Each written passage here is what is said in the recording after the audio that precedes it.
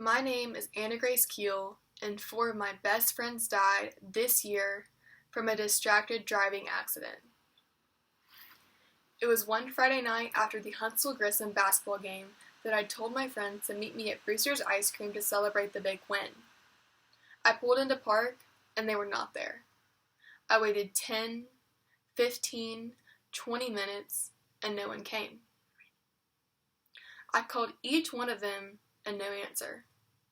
As I pulled out onto Carl T. Jones, I saw 4 dead bodies covered up and blue sirens everywhere. I immediately knew. I knew that this time they weren't so lucky. I knew that I hadn't done enough to remind the people I cared about the most to stop putting their own lives at risk. It was all my fault. I sat in the car with them days before and sat in silence as they changed the song while driving down Governors. I didn't say anything when they typed in the group chat, and I knew they were on the way to my house. I had lost them. My best friend looked down to see the text I sent to her about what ice cream she wanted, and I'd lost them. They would never graduate high school. They would never get married. They would never see another day because of one simple text about an ice cream flavor, and I'd lost them. This story is not real, and it never happened, but it very well could be. If you see something, say something. Did that story get your attention? I believe this is how we can educate our high school students and community of the dangers of distracted driving. Too many students have died because they do not realize the consequences of distracted driving. Once they have a friend die or a parent paralyzed, they want to change, but it's too late and the damage is already done. I believe fake scenario campaigns will help the community of North Alabama realize the impact of distracted driving. Distracted driving campaigns work by selecting an amount of students to act as if they were involved in a distracted driving accident. The administration announces the incident, the news covers the story, the students don't come to school because they are dead, and their friends attend the memorial just as if it were all real. These campaigns allow the community to feel the pain of the accident so that they understand the consequences of distracted driving. 26% of teens read or send a text at least once every time they drive. 34% of drivers between 16 and 17 said they have texted while driving. This is not okay. We must encourage our community to do better. If you see someone texting and driving, say something, because it could save their life. The reality is, people don't speak up. Just as I have done before, we sit in silence. We dismiss the issue, and we move on with our day. However, when we don't speak up, we are just as at fault. 40% of young adults reported they have been passengers when the driver puts others in danger by using their cell phone.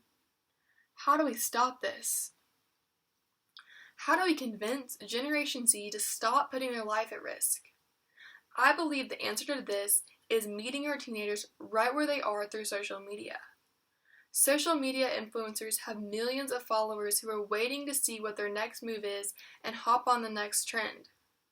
Partnering with such influencers to stop distracted driving brings the platform in a fresh perspective. On average, teenagers spend 8 hours a day on their cell phone. It would therefore be inevitable for the distracted driving platform to plant a seed into each individual's head. As a community, we must come together to do more. Reducing distracted driving is a team effort, and there are many programs that school and teachers can take part in to help in the effort. Offering driving education, having class discussions, pointing to online resources, being available to talk, and pushing against the normalization of texting and driving are a few ways these people can get involved. Unfortunately, texting and driving is normalized. It is so normalized that even our leaders and our role models of the community have fallen into the pit. Do you know how many times I've seen a police officer texting and driving? Too many. Our leaders of the community must lead by example each day to help stop the normalization of distracted driving. Parents also have a role in reducing distracted driving. Parents must not expect their teen to answer the phone while driving. They can install phone blockers such as cell control, which enables their cell phones to stop working while driving. They can get familiar with common distractions and help reduce distracted driving accidents. Students have a crucial role in reducing distracted driving accidents, and there are many things they can do. Getting music ready in advance, pulling over if necessary, reminding friends of consequences of distracted driving, and using a distracted driving app are all ways to reduce the death rate. Distracted driving is not new. My mom was involved in a distracted driving accident in high school and was lucky enough to come out alive. She was simply focused on changing the radio station, and it resulted in the accident. My mom is my role model and has emphasized safe driving from an early age. A split second could change your life.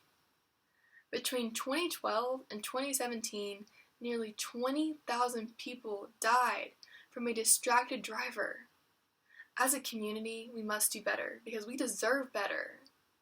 No text, search, post, glance, song, or email is worth a life. Thank you.